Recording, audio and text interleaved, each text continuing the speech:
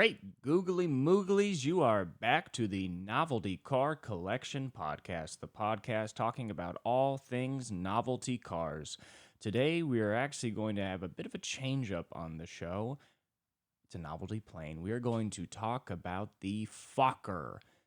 The Fokker is, of course, one of the most famous German fighter planes flown by the likes of the Red Baron and others. We're going to get into that. We're going to get into its creation. We're also going to get into, of course, the creation of one of the best-selling models by Rydell in the world, the Fokker F-83 fighter airplane, 1943. We're going to get into that. But before, we're going to do a podcast fully just about things that I've been thinking of this week. That's how we do it. It is a novelty car podcast. Novelty model car. A lot of people come here about real cars. This is not a show for fans of actual cars, fans of mechanics. No, this is for fans of assembling model airplanes, cars, things like that. And of course, today is an outlier for all of our model car fans. I'm sorry. It's going to be a bit of a switch up, but I know that you guys have dabbled in planes. There's nobody building models that hasn't built a plane, and the chances are it's been a Fokker, okay? Was that something you guys did as kids with your fathers, if they were around? Would they ever take you you and your brother, to a craft store? And for some reason you would all... Is that weird? I'm realizing this is actually kind of weird now. We would all work on building a small model car. And for some reason, it took you had to build the engine, which was weird. It's not weird. It's literally the point of the entire process. But they're pretty detailed. So you'd get 5 different pieces of an engine, and you have to paint and glue them together. And you would build an old Mustang. But really looking back, it's that's a thing that a kid could and maybe should kind of do themselves, and then that would be their little hobby. But me, my brother, and my dad would all do that as a group, which must have been the most annoying thing for my dad, because my brother was 6 years old, and he was probably 12 at the time, and I'm 6. So he has motor skills. I don't have great ones, and we're dealing only with tiny pieces. Looking back, it makes sense why this was a 4-hour process, And then you'd finish it, and it's not like my dad, none of us were model. It was just a way to fill a day, I think, was just a good idea my dad had. But none of us were model car guys. But also, when it was done, it wasn't a toy. It wasn't hey, Cooper, you can go fucking break this if you'd like. Eventually, we'd break it. Once you owned it for long enough, you could burn it or shoot it with a pellet gun. Once you owned it for long enough, we'd be okay, how can we destroy this in a way that is creative and entertaining? As long as it's creative, as long as it's entertaining, then you can destroy it. I think that's a good rule for a father. We worked hard on it. We learned how to make it. We spent time together. It's been in the house for 3 months. It was never painted well. It has a weird texture to the paint because we did not get the brushstrokes right. You may now destroy this car. And then we would after, but I remember that. I remember putting in the dashboard, all the little metal inside. It was quite a process, The seats didn't come already in. You had to build it, okay? Which is fun. I should do that. You know what? I should honestly get back into it because I'm going to move. I'm moving. So the scene is going to change. The set is going to change. Or I'll just go back to the curtains and you'll have no idea. But I'm going to move to a studio apartment. And I'm going to have a lot of time on my hands. I have a lot of time on my hands now, but when you have roommates, you can kind of just walk downstairs, burn an hour, play some UFC, drink a beer. It's casual. But with this, it's I'm going to be alone in the studio apartment. I'm not going to buy a TV. I still have a fucking computer. I can watch anything I want on that. But that could be the time to get into some model cars. Sitting in a studio apartment alone at a dining table with a tiny paintbrush, just saying fuck 95 times. That could be good. I could honestly get into that. It could be a good way to fill a couple hours to have a hobby, something to be proud of. The problem is, I think, with building model cars is after you're done building a model car, now you're an adult who owns a model car. And now you're a model car guy. You know what I mean? It's not like you're not a model car guy. It's not like a thing you can be casual about. Like, luckily I have a girlfriend, so I don't have to explain that to anybody new. That is, I think if you're a single man, don't get into model cars. Because if somebody comes over and they see like a little car and they notice it's pretty like hand painted and stuff, they'd be like, "Oh, did you build that?" And you can't be like, "Oh yeah, whatever. I just kind of thought it'd be fun." Somebody'd be like, "So you like went to like Michael's, went to the model car section, looked through probably all of them, probably spent time in there. You're gonna spend hours on it. You want to get the car you like, found one you like, went home, realized you didn't have all of the glue for it, went back to Michael's, got more glue, maybe a closer Hobby Lobby you didn't know was there before. Now you're learning things about the trade. Came back home, assembled it, got drunk halfway through, finished, but a lot of the end of it was fucked up. The hood doesn't close correctly. Point is, you spent like 4 hours on this. You can't be chill about this. You can't be like, oh yeah, it's just sort of, it's whatever. People will be like, oh, so you like this? People would be like, you're like into this. This is like a thing that you like doing, and you can't just be like, no, I'm not like an adult who's into model cars. But also, who isn't? I don't think I don't want to be stupid here. I'm not a car guy either, but I honestly don't think there's a man in the world that wouldn't like to build a tiny car. There is at least 3 hours in a man's life where you could ask him, "Do you want to build a model car right now?" and he would say yes. A lot of guys just don't know when that option is. A lot of times they don't know that they can make that call themselves. But I do. I know that. I know that well. I haven't built a model car in a while, but I did build a Fokker. I did build a World War I German plane. I don't think they sell Nazi planes. Kind of hope they don't, but definitely one company is like, fuck it, it's history. We're making it, but you can't draw the symbols on it. Okay, well you can, like if you want to, but we're not including that in the instructions. We're not going to be like paint one line, then go up. We're not going to tell you how to paint a swastika, but there are circles on the plane where a certain symbol would go. We'd like you to fill it with a smiley face, but nobody can stop you. We know you're a history buff. So go for it. Yeah, I am moving out. It's been an exciting couple of weeks because I toured an apartment, and I liked it. My mom liked it. Because, yeah, she's helping me fucking pay for it. I don't have enough money to move out, but she's had enough money for years. And she was like, your apartment fucking sucks. If you ever want to move out, let me know. And I was like, no, I don't want to take any more money from you. And then finally I was like, my apartment fucking sucks. I want to move out. So, going to have her help me out with the rent a little bit. Still paying most of it, but, getting out of here. So, yeah, she came. She looked at it, too. Because you got to have the mom sign off. If she's got to like it, She liked it. She was like, fuck it, I like it. Let's go to Home Goods, get you some plates and shit, get you set up. Let's do it. So we go and we're at Home Goods. We got a full cart of shit, drying rack for dishes, all that stuff. Then she gets a call from her friend and she's like, hey, I know a woman. She's a successful Hollywood movie producer. She's 71 years old. She lives in a $3 million mansion above the Chateau Marmont, built in 1934. The mansion, not the Chateau Marmont. And her daughter is leaving for 2 months, and she wants someone to live in the room rent-free and just help out with the dog and cleaning up the house a little.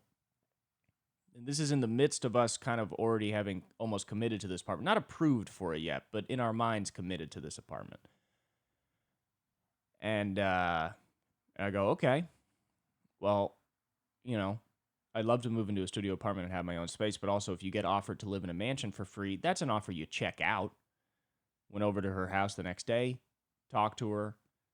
Wonderfully, just old school, like an early 2000s movie producer. Just pissed. She drank a Red Bull, finished it, went to the kitchen, got another Red Bull, offered me one. Of course, I took it. There's a writer strike in Hollywood happening now. She does not support it. Very funny. It's funny because, all I've heard about the writer strike is that they're asking for 3% of streaming revenue and for them to not use AI. So what they're saying is, you are making so much money. Can we have 3% of it? And also, can you not replace us with robots? And the negotiation is going somewhat like, hey, can you not do that? And the studio's going, no. For now, no. Keep standing on the street for a few months. But for now, no. Definitely no. So that's fucking insane. To me, it makes total sense why you'd strike. It's a pretty easy ask. But this fucking lady's been in the business. She was in the WGA, thinks they're fucking crooks now, got out of it. She hates the strike. And she was like, yeah, I mean, if you just don't want to work, then fuck it, you know. But if you want to work, I don't know why you'd strike. And it's just funny to be standing there as a 23-year-old unsuccessful stand-up comedian and just be like, you seem evil, but you've been here longer than I have. So in my heart, I disagree with you. But right now, I'm saying, yeah, totally. I'd like to live in your house. Fuck those people on strike. Ugh, you know? I'm bad at selling it though. If I don't believe something, it's not like I have morals, but I'm just also just very bad at lying. So I wasn't fully like, yeah, I was just sort of like, oh yeah, I see what you mean, you know. So I think she could tell that I wasn't cool in her ass in the way that she is thinking of. But I talked to her, and then, you know, she also had like a guest room that she was like, I usually rent this out for like 3,000, but you know, if you stay here for a couple months and it works out, and my daughter comes back, you can stay here for like 1,000 and just help out with the house a little more. And this was a guest room that looked like like a place where like Keith Richards would have a photo shoot. It was decorated in full Ralph Lauren furniture. Did you poor fucks know they even made furniture? Had silk walls. You know what that is? It's like cushions that are silk covered, and you just hang them on a wall so you have soft walls. It's crazy. This place is gorgeous. Anyway, I think I made a terrible impression. The next day I get a call and they're like, her daughter's coming back. And I wanted to be like, no, the fuck she's not. But okay, I won't live in your house. But your daughter's not fucking coming back. Go get some other ass kisser. And I think they did. I told him, I was like, hey, I'll still live in that guest house. And then I'm talking through her assistant, and her assistant said, I will pass it along. And I was like, all right, that's a good Hollywood no. You know, I mean, I'm from the Valley, but I know a Hollywood no. I know LA speak, you know. You know, a lot of people, they're like, why wouldn't you just be honest with me? It's like, that person was very honest with you. Those are pretty big signals of no. So I'm not going to live there. That completely fell through. And it's weird to almost move into to be moving into a place and the person's like, do you want to live in a mansion? You're like, sure. And then you try, and the person who owns the mansion, obviously, I think just doesn't like you. And you got to be like, okay, you know. But I don't know. I can't keep up with Hollywood people. It's why I'll never make it in this industry. I just talk to some people, and you ever talk to somebody? I don't know if you know. I'm around people who I feel like I'm supposed to impress to have a better career. I don't know if you guys experience this in your own industries. I'm sure you do all the time, but truly, I'm sure you do. I don't have an important life, but you know, whenever I'm around somebody that I feel like I'm supposed to impress, I'm always just like not wanting to. It's like immediately I'm just like, ugh, you are just the last person that I would like to like me.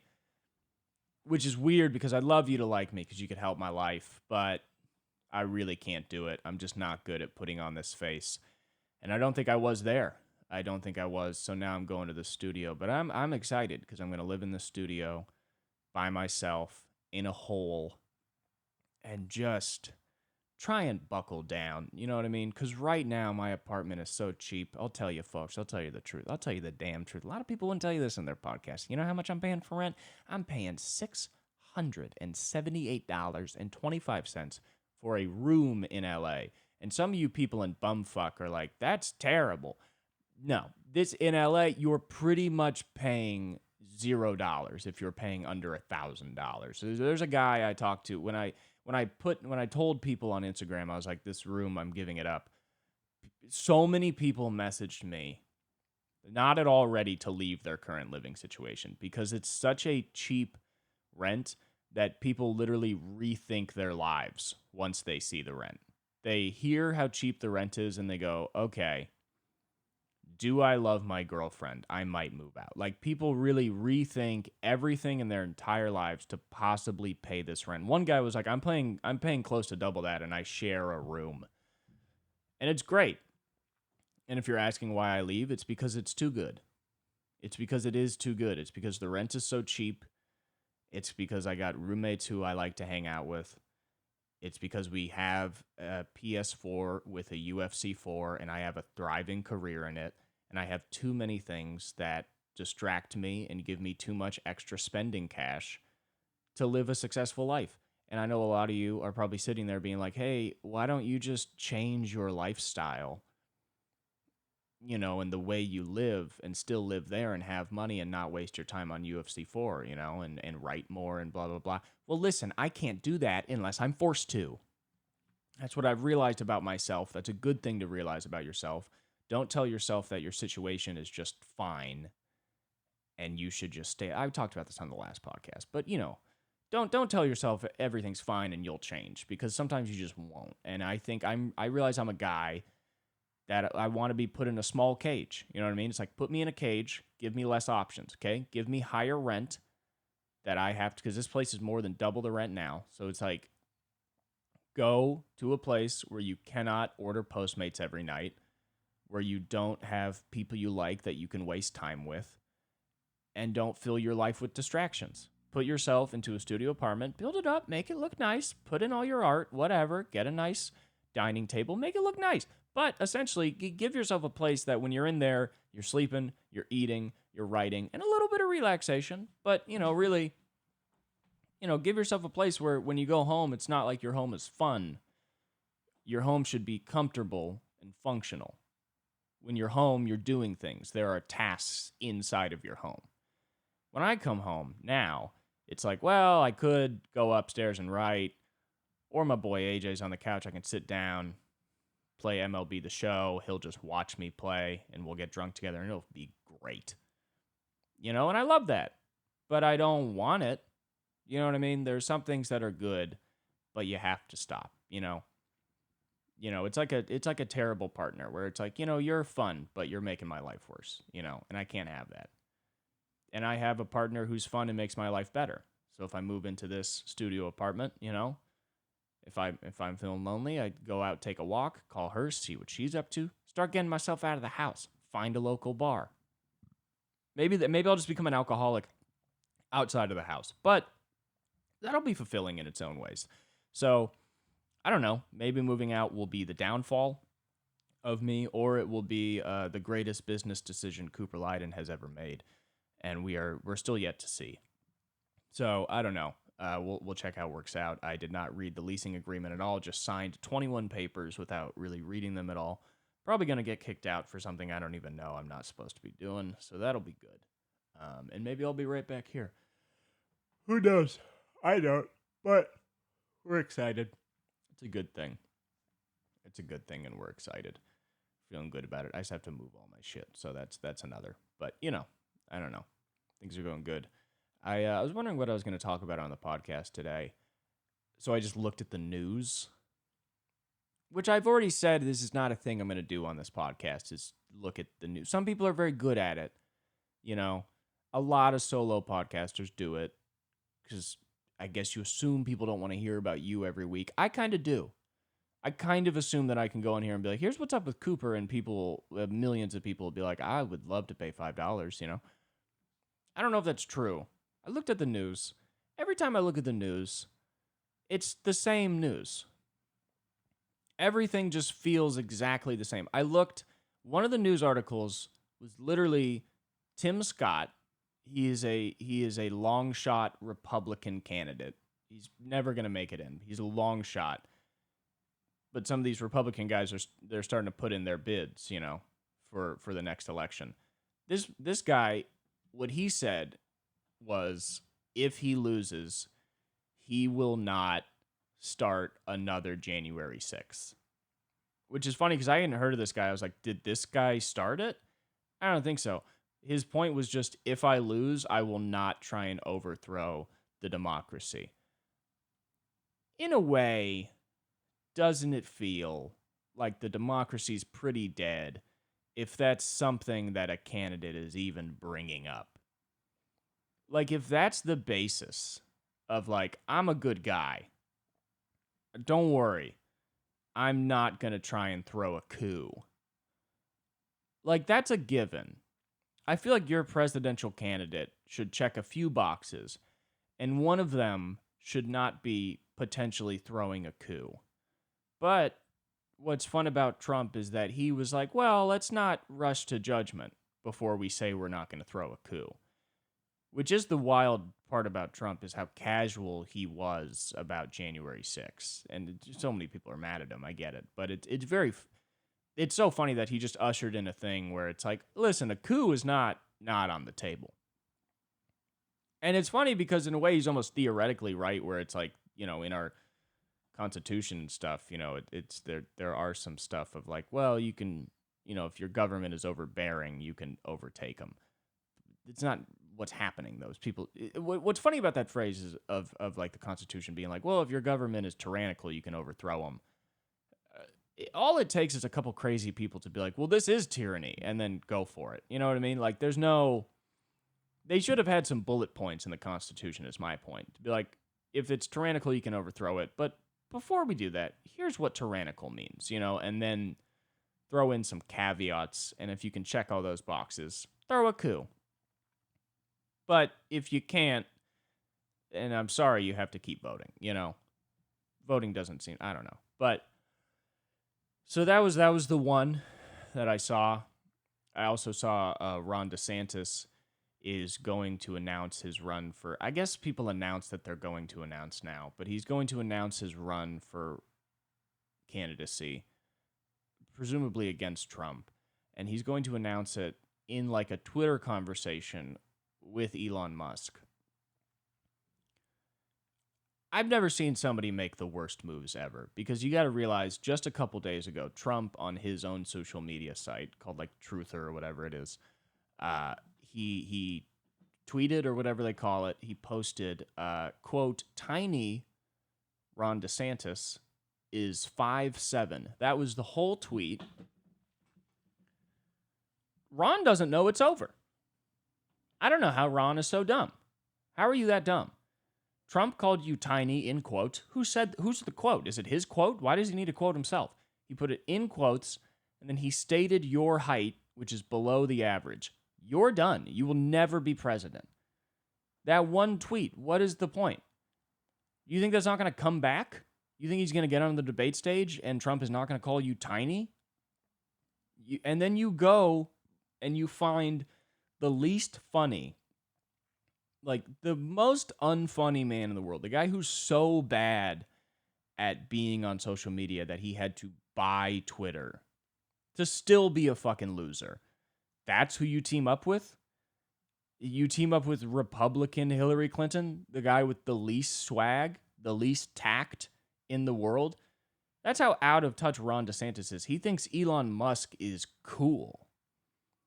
Trump is weird because he's like 70, but he still somehow has the same like vibe, internet knowledge as like a 16-year-old to be like, yeah, Elon Musk is a loser, He knows he's a fucking loser. And, Elon, he has a lot of those like Republican capitalist fans or whatever, but for the most part, that's not your boy. That is not your boy. DeSantis should be teaming up with like Mr. Beast or somebody with another unrelenting fan base. Because Elon Musk has a lot of those unrelenting fan base, but all it is on Twitter is just them taking huge L's every time. Like, there's just so many things like the famous of like Elon being like, I haven't had sex in a while, and then a guy just offered his wife to him on Twitter. It's like, that's who you team up with, Ron? Check his fucking track record. And even in the article, they were like, and Ron is a little nervous about his past controversial comments. It's like, don't even worry about Elon, what Elon is saying. Worry about what Elon says and then how everybody fucking makes fun of him. You teamed up with the most make-funnable man in the world. And we're like, I'm going to win president. It's a popularity contest of who can roast the other more now. And you team up with the biggest fucking nerd in the world. Ron, Stone Cold Steve Austin is right there. I don't know his politics, but I wouldn't be surprised if he'd go with you. I mean, seriously. The Rock, somebody from wrestling. You need another person from. Trump is, in many ways, more from WWE than he is from anything else. You got to team up with a buff, hot dude. Because it's hard for Trump to make fun of. Because then Trump has to make fun of the guy you're with. That's his game. So you need to get a guy that goes, okay, whoever I team up with, Trump is going to make fun of him. So I got to get a guy that making fun of him is kind of hard and kind of makes you look like a loser if you do. And for the most part, people like Dwayne The Rock Johnson. Or they just don't have a problem with him. Or they know him as kind of a hacky action actor, but I don't think anybody has anything against him. And everybody knows he's jacked and wakes up every day at 4 a.m. And everybody knows that he has a lot of training in rebuttals to disses. He spent a lot of time in the WWE, you know? So that's who I would team up with for no reason other than optics. And nobody would question it nowadays. If I saw an article that said Ron DeSantis teams up with Dwayne The Rock Johnson to announce his presidency, not even as vice, just like he's a part of this somehow, I would say that might be our next president. That could be our next president. Power move to team up with The Rock. Power fucking move, okay? Because there's nobody, if you want the young kids, they don't give a fuck about the billionaires. There's a few that do, but a lot of the young kids, they don't like the billionaires. Even some of the Republican ones, they don't love them, you know? So team up with a guy that has a bunch of money and is cool, but he's not like a fucking nerd, you know?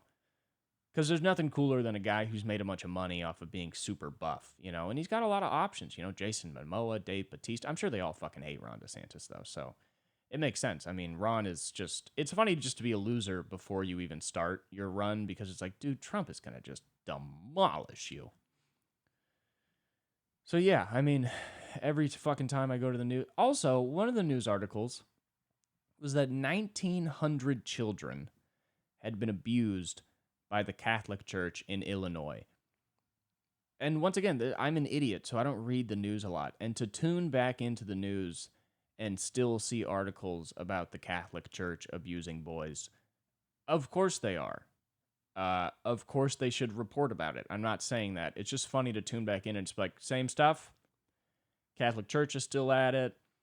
There's a Republican guy I've never heard of that's saying he's not going to overthrow the government. There's a Republican guy I've heard of making a fool of himself. All right. Sounds good. Let's do it. You know, like, I don't know. And that's, you know, if you want to know what the life of a moron is like, I'll tell you. You wake up. You stay in bed for too long. You go on Twitter for 2 seconds. Then you go, I'm not going to go on Twitter. I'm going to wait. I'm going to let my brain wake up a little. But you don't. You get up. You go to the shower. While the shower is heating up, you go on Twitter. And you start seeing what the news of the day is. And the news of the day on Twitter is something that happened 10 years ago. And kids my age are just now finding out about. Like, the big word on Twitter today is Tom Cruise jumping on Oprah's couch. When was the last time you thought about that? When was the last time that you even thought about it? That's all Twitter is. All Twitter is just young people finding out about things from 10 years ago and then sometimes having wildly angry, hot takes about it. Like, Twitter has become pretty much just a review of the past 20 years. Like, nothing new happens on Twitter. And the new stuff that happens on Twitter is like some lady found a couch on the street and took it up to her apartment, and now thousands of people are wondering if she has bed bugs. That's the new stuff. But most of Twitter is just, how do we feel about this thing from 10 years ago? Who's your favorite Disney princess? There was one where it was like, somebody was like, isn't this an underrated Disney princess? It was somebody I didn't know who it was, the character. I hadn't heard of her. And then there was a response to it that started with, this stanky bitch, and then it went on. And I read that, and I'm so, like, just desensitized to just, like, angry, foul language that I didn't think about it. And I just stopped for a second, and I was like, this person just called a character that doesn't even exist a bitch. And I guess that's better than calling a real woman a bitch. But my point is like the hyperbolized joking anger that just seethes on Twitter is so funny to have in your mind as a normal thing. Because my girlfriend is like 10 years older than me. So she had a different introduction to social media. You got to realize like 10 years for smartphones and social media is a long time. It's like 100 years in terms of like understanding that these things are or are not insane. So like I'll show her something I think is funny on Twitter and she's like, "That is a man getting hit by a bus." And I'm like, "Yeah." And she's like, "You shouldn't watch videos of people getting hit by buses." And I don't have a good response. I just don't. Because there is no response. She's like, that's like bad for your brain, right? To just like watch people getting hurt or to like watch fight videos. Like, a fight video, like that's like a video of people at like one of their weakest moments doing things that in their core probably don't want to do to other people, but have justified in their heads through anger and pride and things like that. And normalizing that is a gross thing to do to the world and to yourself. To act like that's an okay thing to consume as entertainment is sad. If you're a good person, 95% of the things you see on Twitter should be like generally like appalling to you. They should be like scary things that make you sad, but fuck it. Go on and just ruin your brain. And that is like the news to me. Because I think your brain takes it in the same way of just like, huh, huh, huh, huh. And it's not, none of it's interesting. And it's just, I don't know, it is funny because it's like, in some ways, Twitter is, there are some sites that are, kind of trying to be like news organizations. There are a lot, but there are some that are like, well, we're not affiliated with anyone. We'll just say the facts. And that's kind of a cool thing because there's not like hundreds of billions of dollars behind them, and that's great. But by the same coin, what there also is behind them is just one guy and all his opinions, And then also, not even people trying to be news. It's just people being like, Kanye's new wife looks like Kim. Does that make him a eugenicist? And it's like, and the answer from Twitter is yes. So there's a lot of that, and you got to cipher through that. And I look at that for a couple hours a day, and then I form my opinions on the world. And yeah, that's why I just don't know anything. But it's funny because I don't know. I think maybe I'm either right or I'm wrong on this, but maybe not. But it feels like I read the news sometimes, and then I'll know a couple things that are going on. But I think, like, do I need to know this? Is this even helpful to me? Ron DeSantis is going to announce his run with Elon Musk. Does that matter? Does that really matter more than a video of a guy outside of Fuddruckers getting his ass kicked while his girlfriend screams? I don't know anymore. I don't know. I have no fucking idea what is more important anymore. Because this guy's getting his ass beat. He's in the hospital. Ron is just being a loser, So, I don't know. I don't know what I'm supposed to think. And then also, it's like, it's just that, and then just spoilers for Succession, which is a show I haven't seen but kind of want to. But now that if I'm on Twitter, I know everything that happens in the show. I don't know. I don't know what I'm supposed to look at. I don't know what I'm supposed to view as important anymore.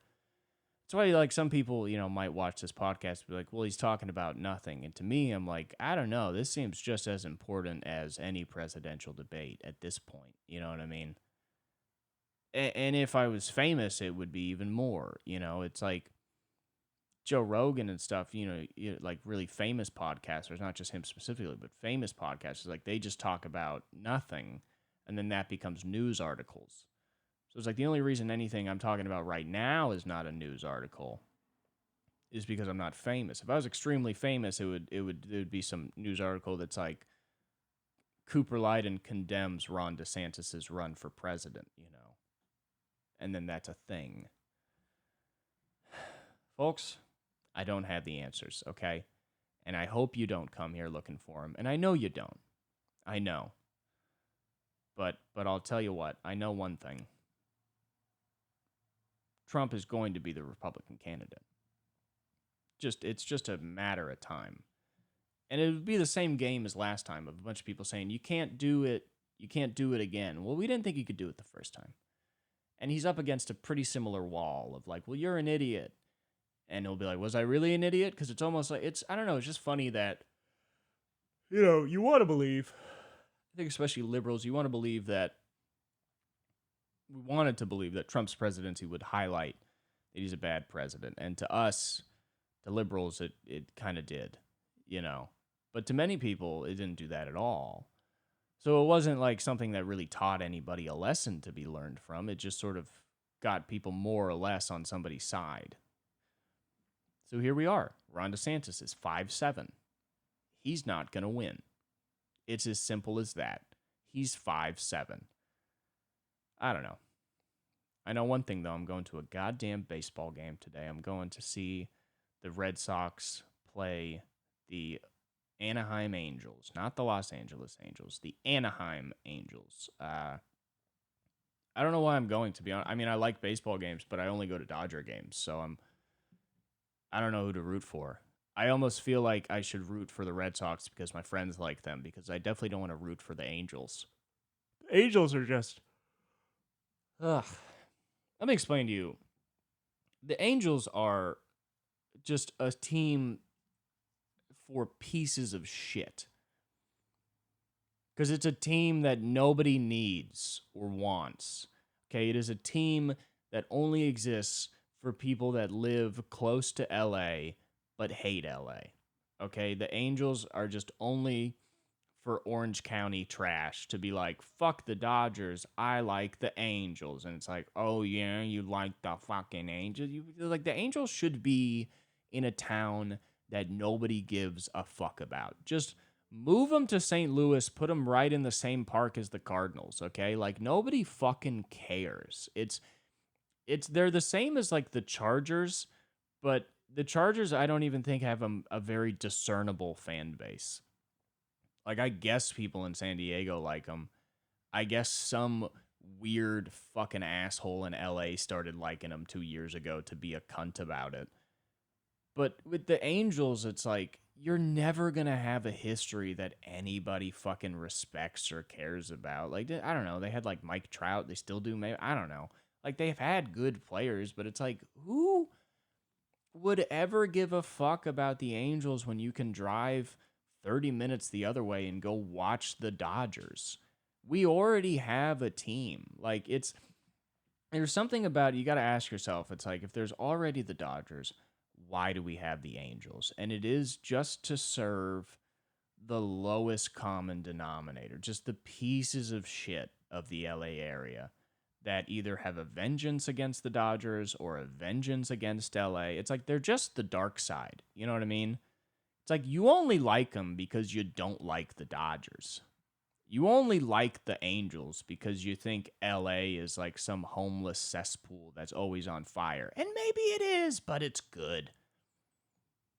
So going to an Angels game is like just pure LA trash, And I'm hoping that the park is overrun by Boston transplants rooting for the Sox, because that's probably what I'll be doing. But I don't know. I'm a little pissed to not be eating a Dodger dog today. If you don't know, the Dodger dog is a long, gross hot dog. It's long. It's almost a foot, probably more like 10 inches. It's too big for the bun. That's the deal. Today, I don't know what kind of hot dogs I'm going to be eating. And yeah, I'm eating hot dogs, okay? But I think I'm going to be eating shorties, some chodes, some small dicks. I like a long dick. It's not my preferred hot dog, but if I'm at a baseball game, I just expect to eat one. So that's going to be a big challenge for me today. That and, seeing how many beers I can drink without having to get up 95 times and miss the entire game. That's probably going to happen anyway. I've legitimately considered getting something to pee in my pants with, like a bag on my leg. I've legitimately considered, like, I have such a pee problem that I should probably walk around with a bag of piss on my leg. It might be a better idea than the way I'm handling this right now. I don't know. Yeah, we're going to see the fucking Angels, and I think I'm going to see, so many Oakleys being worn on the backside of heads and just see all the trash. I mean, what a fucking unrespectable fan base, the Angels. Like, how much of a fucking cunt do you have to be to like the Angels? It's just like, what are you doing? You know what I mean? It's like when everybody's playing kickball and there's just one kid that's like, tetherball's actually way cool. It's like, no, it's not. Come on. Yeah, you're going to be picked last, but try and get on a team. Stop with the tether. Stop trying to convince us that it's actually cooler. The Angels are the androids of the MLB, okay? It is just a bunch of people trying to convince you that their worst thing is actually the way to go, okay? Get a Dodger iPhone, you idiot. Nobody cares that you can fucking hack your phone. Nobody gives a fuck, okay? Nobody cares that you added some jacuzzi to your baseball park. You're all bullshitters, okay? Nobody respects you. You'll never be a respectable team. You're just a new, heartless, stupid team that nobody gives a fuck about, okay?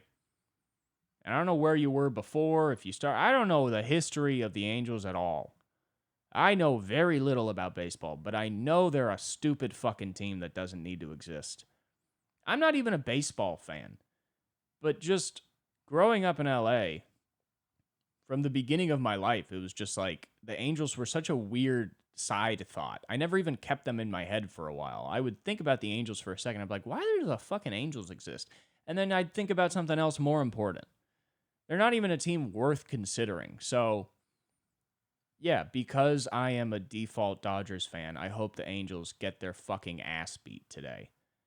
And I hope they get their ass beat every game for the rest of my life, which would end up being probably 3 million games by then with how much fucking baseball is played. I mean, it's like, God. It's like, I'd like the Padres more because at least they're a team, a town's team, you know? At least they're San Diego's team. They serve a fucking purpose.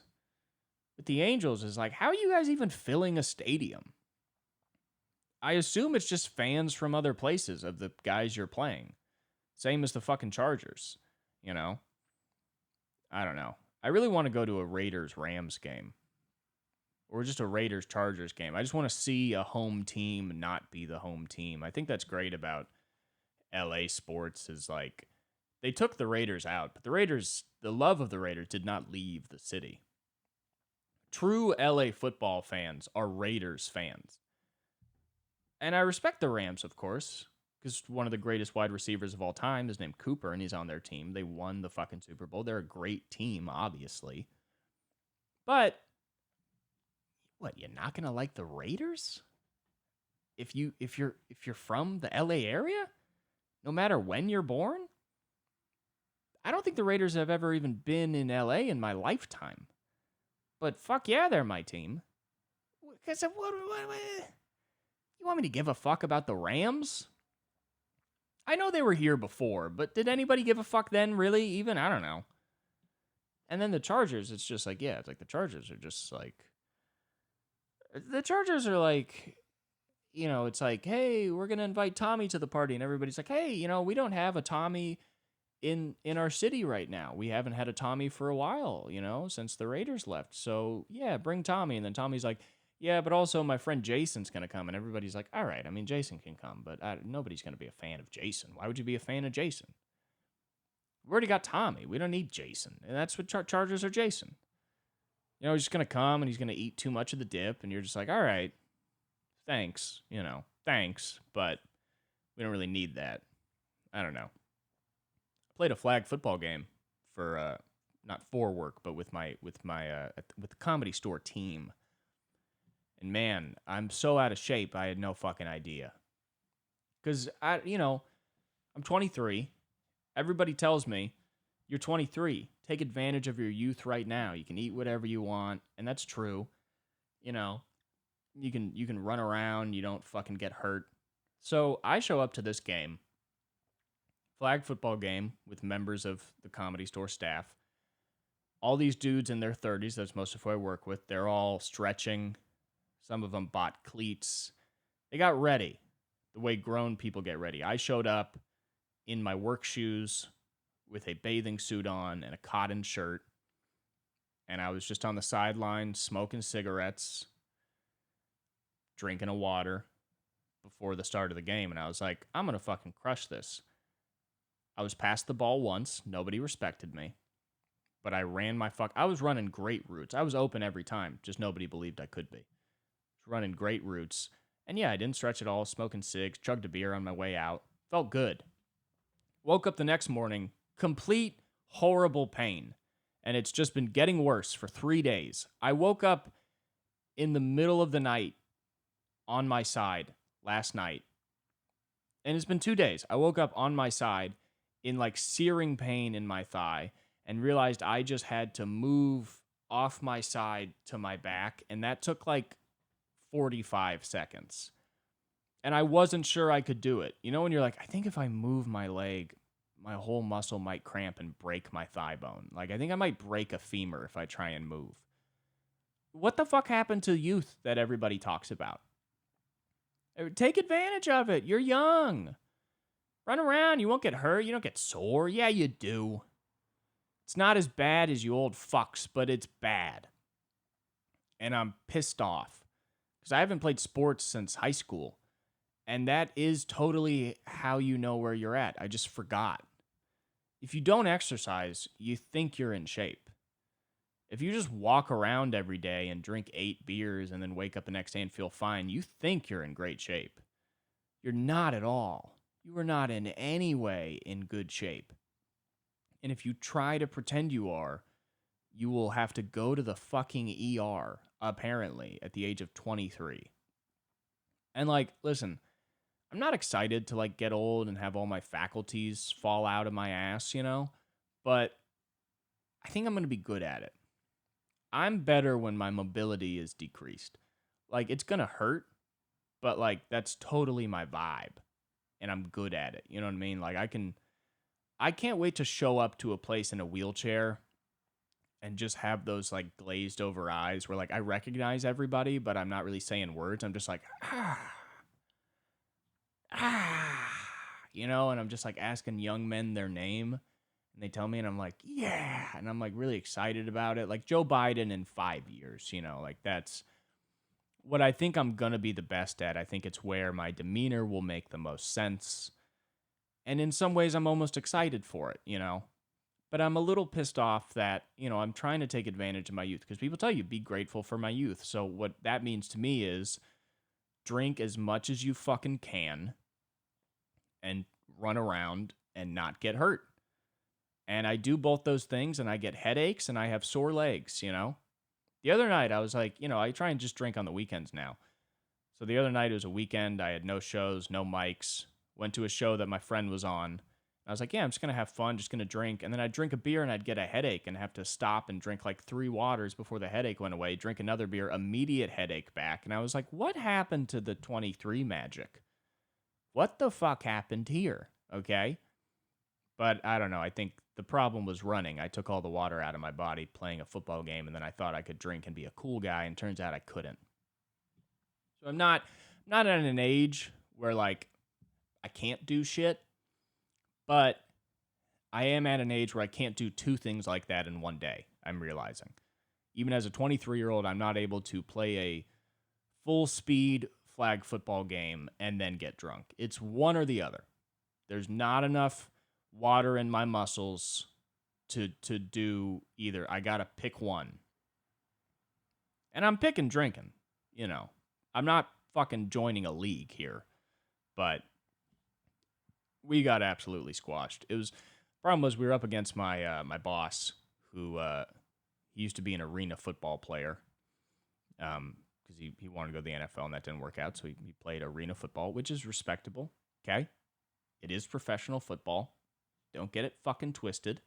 Not going to be an asshole about this. I'll put respect on it. I couldn't be an arena football player. But he had a plan, and his team was much less athletic, but they beat us simply because they ran plays. Because it was like a 8-on-8 flag football, which means there's no guards, there's no rushing really happening. You just got to stand 7 yards off the ball, and then every other person besides the quarterback is a receiver. So it's just these crazy, wild routes that they were running, and they're whispering to each other and planning, and that's all it takes to win a flag football game is to go up to one guy and be like, I'm going to pass it to you, and go up to another guy and be like, I'm going to pass it to him, make sure that works out, and then you win the fucking game. Our team did not do that at all. We were younger, faster, and more cocky. We had no routes to run. Every fucking game plan was just out athletic them, and that did not work because everybody's a receiver, everybody's a cornerback, everybody's covering everybody on the field. You can run as fast as you want. There's going to be somebody there. And it's flag football. They don't have to tackle you. They just have to go boop, and then you're done. And we just got fucking squashed. But it was good. My girlfriend came in the game for a little, fucking trucked somebody, tackled him. That was sick. I was so fucking happy. I was so happy. Because she was just sitting on the sideline, and I was like, why don't you just fucking play? I thought there were going to be more people, you could hang out on the sideline, but it wasn't a vibe like that. So I was like, yeah, just play, sub in, because this is tiring. We're all out of shape. Not all of us want to play the game, so just sub in. She ended up coming in on the team against me. And yeah, 2 plays in, a dude ran into her, and she just fucking put the shoulder down and laid him on the ground, which is exactly what you want from your tiny girlfriend. That's exactly what you want. Because you don't want your friend to be all sexist, be like, we don't want the girl on our team. But here's the thing. In a flag football game, the woman on your team is allowed to fuck everybody up. If I was out there tackling people, people would be like, listen, you're smaller than us, but you can't be tackling. You're being a dick. You're a man. These are the somewhat misogynist rules we have. But it works out when a woman comes in the game and she's like, I'm going to fuck somebody up. Because you know what happens when a woman comes in the game and then tackles a dude twice her size? Everybody thinks she's the coolest person ever. And I was ecstatic. People were like, she just fucking tackled Hugo. I was like, fuck yeah, she did. Nobody's going to say shit about it. She is a brick wall, okay? Fucking Jersey strong, baby. And I was so proud of her. I was so happy. She came in and fucked somebody up.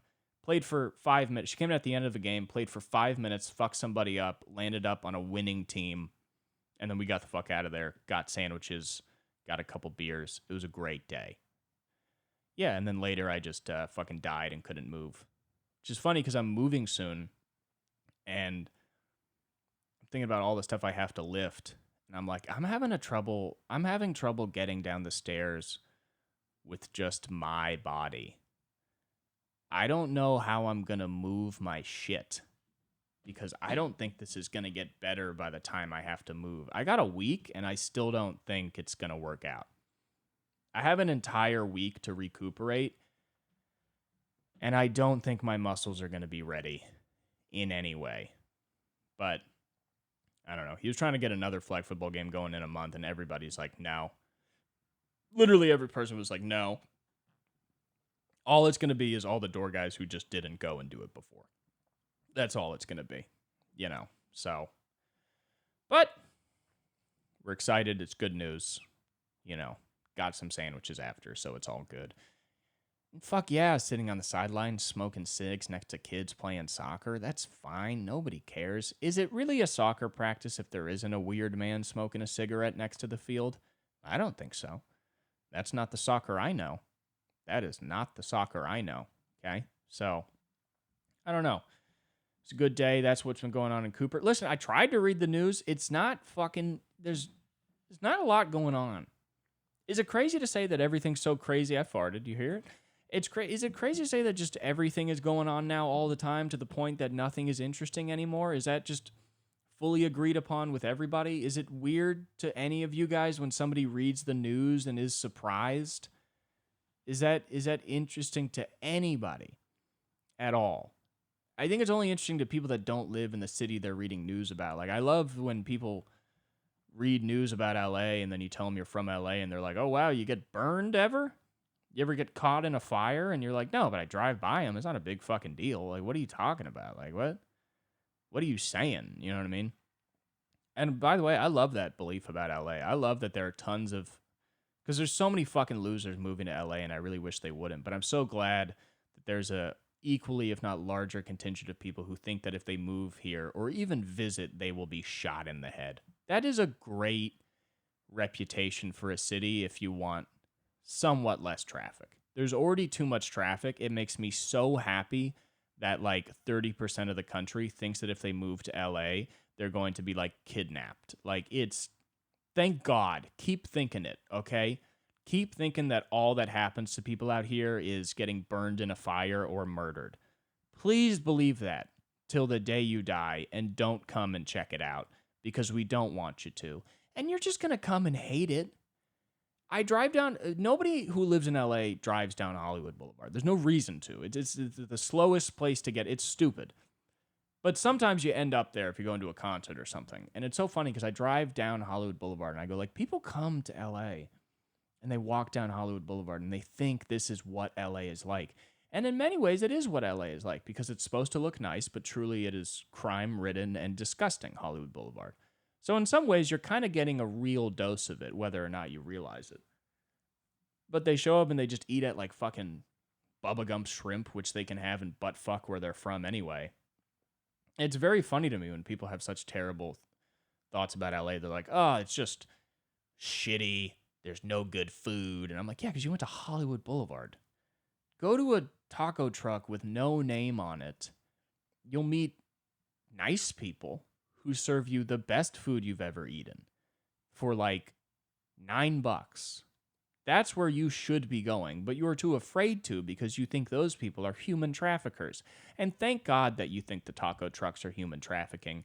More carnitas for me, okay? So please, all of you who don't live in LA, please keep believing that this is a murder town where that's all that happens is murder. Please do it. Please, I beg of you to keep thinking that. I would love it. It's the greatest reputation any city has ever had that we are the murder. And sometimes we are. Like the corner of like Figueroa and something near USC, at one point that corner had the most shootings or the highest death rate in the world.